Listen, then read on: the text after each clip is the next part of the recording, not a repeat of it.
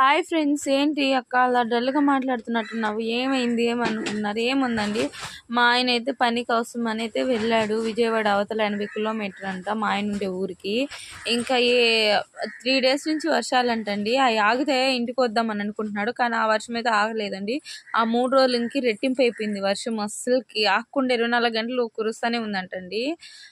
అందువల్ల ఏంటంటే పొలాలు అవన్నీ మీరు గుంటలు అనుకోండి, చెరువులు కాదండి, పొలాలండి. పొలాలు కూడా చూసారా ఎంత నిండిపోయిందో, నిండిపోయేసి నీళ్ళతోటి అలా పోతా ఉన్నాయంట. అస్సలు ఇంటికి వచ్చేసి అన్నాను నేను. నాకు ఆ మాట తెలుస్తానే నువ్వు వర్షం అంత ఎక్కువైపోతుంది, బండి చూసుకొని ఇంటికి వచ్చేసి అన్నాను. అసలు బళ్ళు కూడా తిరగట్లేదు సరిగ్గా. ఇంకోటి ఏంటంటే రోడ్డులు గుంటలు అన్నీ ఒకటే అయిపోయాయి. అసలు మనకు వచ్చేదాన్ని వీల్లేదు. ఇక్కడే వారం రోజులు పట్టిద్దంట ఇవన్నీ అవి ఎంత సద్దు మరిగే లోపల అని చెప్పి అన్నాడు. నాకైతే చాలా బాధేసింది, అట్టాగే భయం కూడా వేసింది.